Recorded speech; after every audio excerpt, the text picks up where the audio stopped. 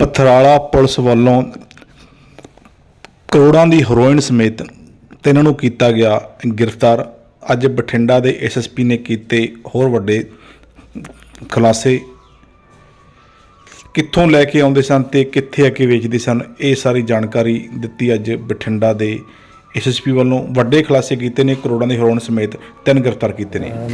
ਅੱਜ ਦੀ press conference ਆ ਕੇ ਤੁਹਾਨੂੰ ਅਸੀਂ ਇਹ ਦੱਸਣਾ ਚਾਹੁੰਦੇ ਹਾਂ, मानयोग सीएम सर ਅਤੇ ਮਾਨਯੋਗ ਡੀਜੀਪੀ ਸਰ के दिशा निर्देश के मुताबिक पंजाब 'ਚ ਨਸ਼ੇ ਦੇ ਖਿਲਾਫ ਕਾਫੀ ਸ਼ਕਤੀ ਨਾਲ ਮੁਹਿੰਮ ਚੱਲ ਰਹੀ ਹੈ।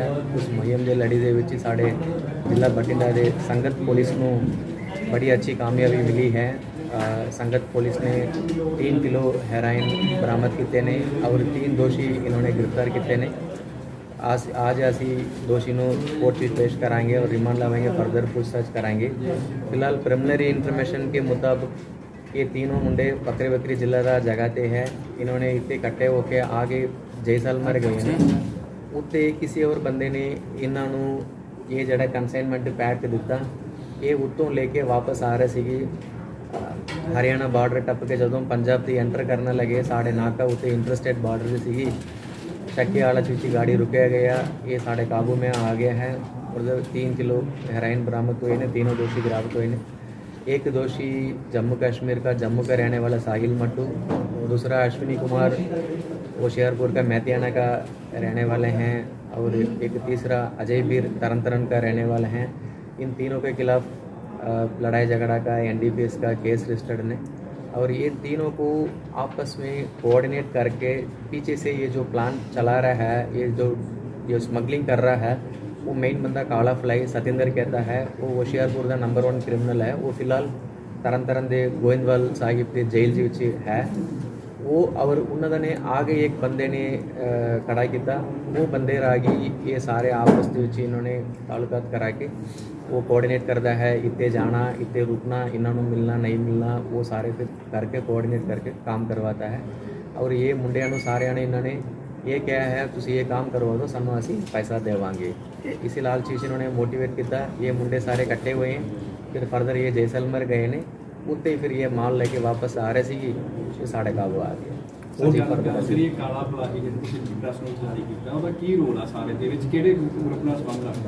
देखो ये ना होशियारपुर के 2 ग्रुप ने लोकल लेवल पे ने।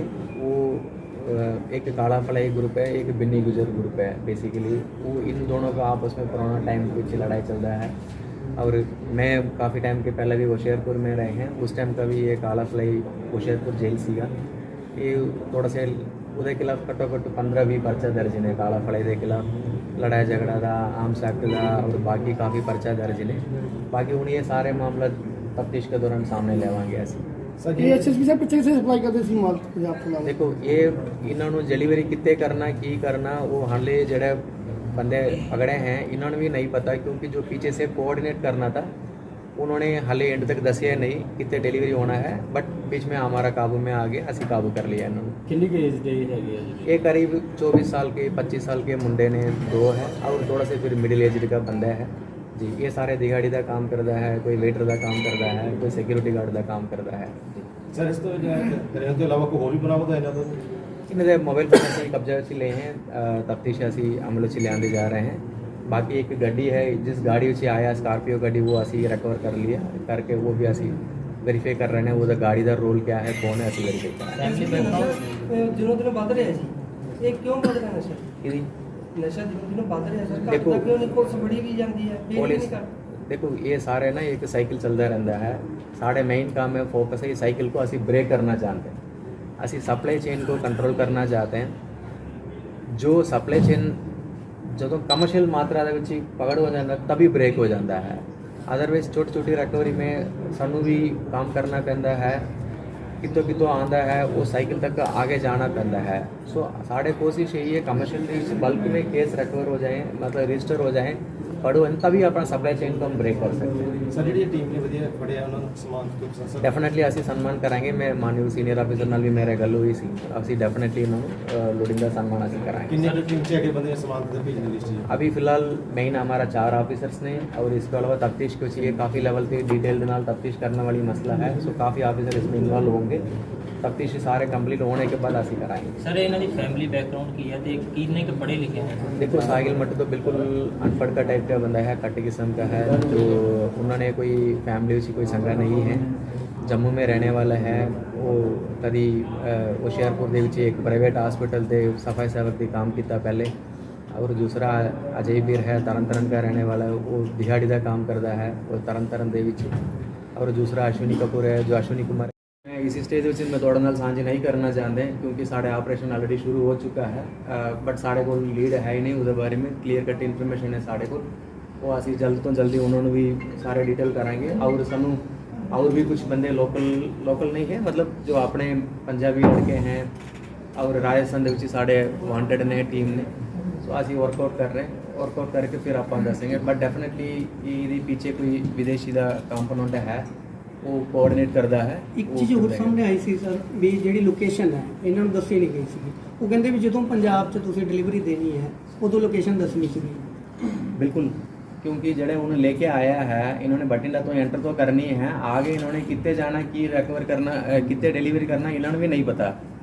सो वो जड़ा पीछे से चल रहा है बंदा डायरेक्शन दे रहा है इन्होंने, वो एक लोकेशन दसना सीगा इन्होंने, वो पहले ही अपने अच्छे आ गए ने, तो फिर असी वर्कआउट कर रहे हैं, बट डेफिनेटली ये असी पहुंच जाएंगे, एंड तक पहुंच जाएंगे। इनके पास एक जो हथियार भी बरामद हुआ है 9mm नहीं, इन्होंने कोल ऐसी कोई सूचना? वेपन है, वेपन कोई नहीं है, गाड़ी है और जो हमारा एनडीपीएस का मटेरियल बरामद हुई है, बाकी असी वर्कआउट कर रहे हैं। ਸਰ ਇਹ ਕਿੱਥੋਂ ਲਗਾ ਰਹੀ ਸੀ ਜੀ? पता लगा संगत ਅੱਛਾ ਕਿੰਨੀ ਵੈਲਿਊ ਹੈ ਜੀ ਇਹਦੀ ਦੇਖੋ, ਮੈਂ ਪਹਿਲਾਂ ਹੀ ਮੈਂ ਕਲੀਅਰ ਕੱਟ ਪਾਲਿਸੀ ਹੈ, ਸਰਕਾਰ ਦੀ ਪਾਲਿਸੀ ਹੈ, ਜਦੋਂ ਵੀ ਅਸੀਂ ਡਰੱਗਸ ਅਸੀਂ ਮਾਤਰਾ ਤੁਹਾਨੂੰ ਦੱਸਾਂਗੇ, ਕੀਮਤ ਨਹੀਂ ਦੱਸਾਂਗੇ। ਉਹਦੇ ਵਿੱਚੋਂ ਨੈਗੇਟਿਵ ਕਵਰ ਲੱਗੀ ਜਾਂਦੀ ਹੈ, ਫਿਰ ਮਾਰਕੀਟ 'ਚ ਜਦੋਂ ਤੁਸੀਂ ਕਵਰ ਲਾਂਗੇ ਇੰਨੇ ਕਰੋੜ ਦੀ ਉਹਦੇ ਵਿੱਚ ਨਾ ਪਬਲਿਕ ਦੀ ਨੈਗੇਟਿਵ ਹੋ ਜਾਂਦੀ ਹੈ।